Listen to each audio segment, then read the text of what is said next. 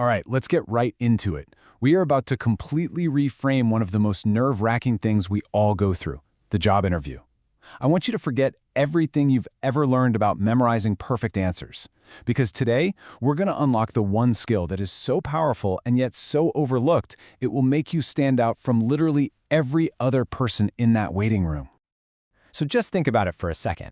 What do you think is the biggest mistake? The number one reason a really promising candidate just doesn't get the offer? Is it, I don't know, a weak handshake? Not doing enough research on the company? Stumbling over a tough question? Nope. It's actually something way more basic than any of that. That's it. So simple, right? But it's a huge deal. The single biggest mistake people make is that they don't really listen. They're so wrapped up in their own heads, just waiting for their turn to talk, to perform, to spit out those pre-rehearsed lines, that they totally miss what the conversation is even about. And here's why that happens. Every single interview has a kind of secret test running in the background. See, most of us think an interview is a speaking exam, right? It's a performance, but it's not. It's actually a listening test. The interviewer isn't just grading your answers. They're trying to figure out if you can understand what's truly being asked. This right here is the classic mindset, and it's exactly where we go wrong. We prepare our scripts, we practice our greatest hit stories, and we walk in ready to deliver a monologue. But that whole approach, it fails to build the one thing that actually gets you the job, a real connection. And just as important, it stops you from figuring out if this company is even the right place for you. So what's the fix? Well, we unleash our superpower. We're going to start thinking about listening, not as this passive thing you do while waiting to talk, but as your most active strategic tool. Honestly, this is how you go from being just another candidate to being the one they absolutely cannot afford to lose.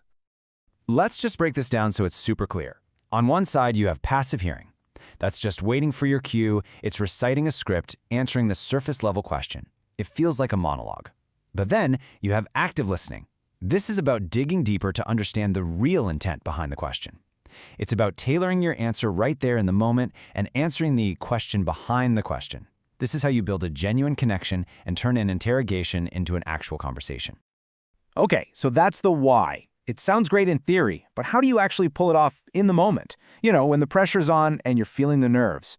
Don't worry, I've got a super simple 3-step technique you can start using right away. It's really just 3 simple steps. First, just hear the words. That's it.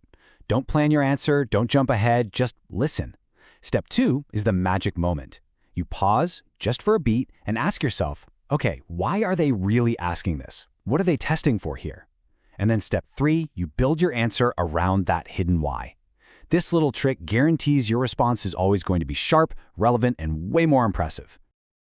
Enough with the theory. Let's get our hands dirty and put this into practice. We're going to take a couple of those classic, kind of scary interview questions and run them through our 3-step filter to see just how much it changes things.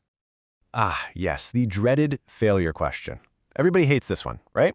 Your first instinct is probably to give some fake answer, like, oh, I'm just too much of a perfectionist.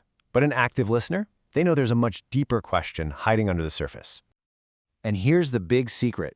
They don't actually care that much about the specific failure. What they're really asking is, are you self-aware enough to admit a mistake? Do you take ownership? Do you actually learn from it? And can you bounce back?